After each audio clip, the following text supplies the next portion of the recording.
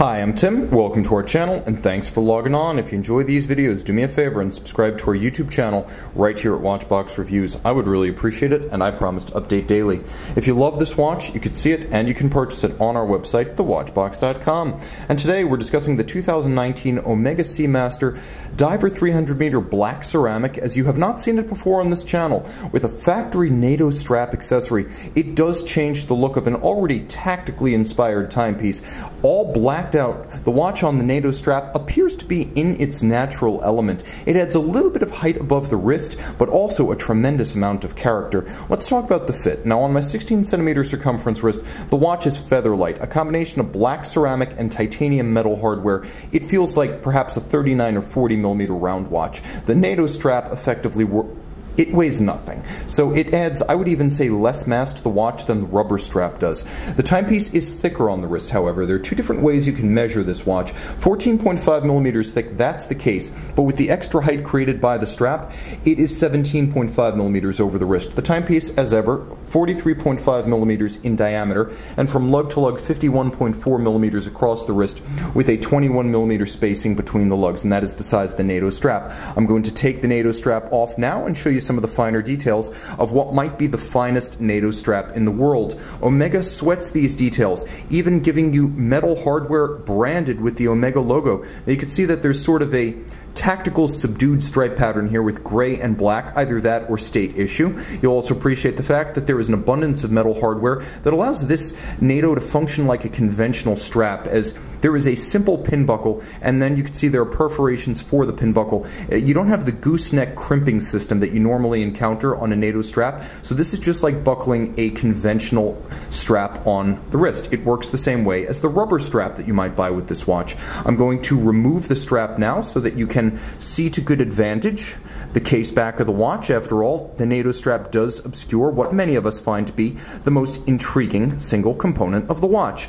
But before we talk about the case back, we're going to talk about the case. If you're seeing this watch for the first time, this came out in January of 2019. It was the first new Omega watch of the year, and it was a sequel, if you will, to last year's 25th anniversary redesign of the Diver 300 meter, or the Bond Seamaster. This is bigger than that, 43.5 millimeters and all in ceramic, but what intrigues me is that the ceramic is finished identically to the 42 millimeter steel case. It's bigger, yes, and it's ceramic, so almost completely indelible, but look at the case flanks, satin finish. Look at the bevels. It's the same shape as you would see in metal, with the same polish and satin contrast. It takes diamond-tipped milling tools to accomplish this, and it's a testament to the industrial prowess of Omega that it's able to do this. Look at the rounded, polished flank of the shear guards for the crown. You can see a matte-finished crown with the Omega logo, matte-finished titanium bezel. The bezel features a ceramic insert, so this watch also with a shield atop to help resist scratches and scuffs.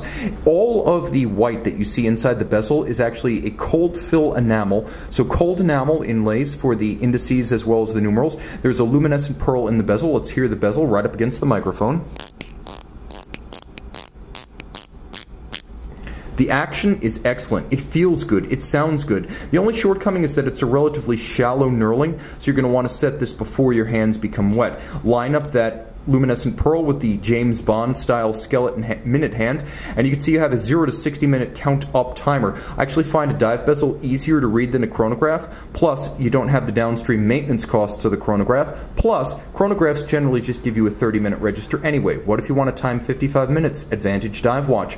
The dial here is ceramic, but unlike the standard watch, it is a matte ceramic, and you can see how you have a difference in texture. Whereas you have wells for the waves on the standard dial, here the wave crests themselves are actually raised above the matte ceramic base, whereas the standard watch features that dominant gloss pattern. Here you can see the only gloss is on the actual raised crests of the waves rather than the spaces in between them. So this is a matte finish dial to match a principally darkened watch. The watch is a blackout model, and the dial continues that theme. Applique indices, and you can see outboard there's a sort of neo-chapter ring, a little nod to history. It is a master chronometer. It is a coaxial. All of this water resistant down to 300 meters. You have a newly reprofiled helium escape valve for 2018. Now it's conical rather than a cylinder, and now you can actually open it during a dive rather than being required to open the helium escape valve prior to the dive as on previous models.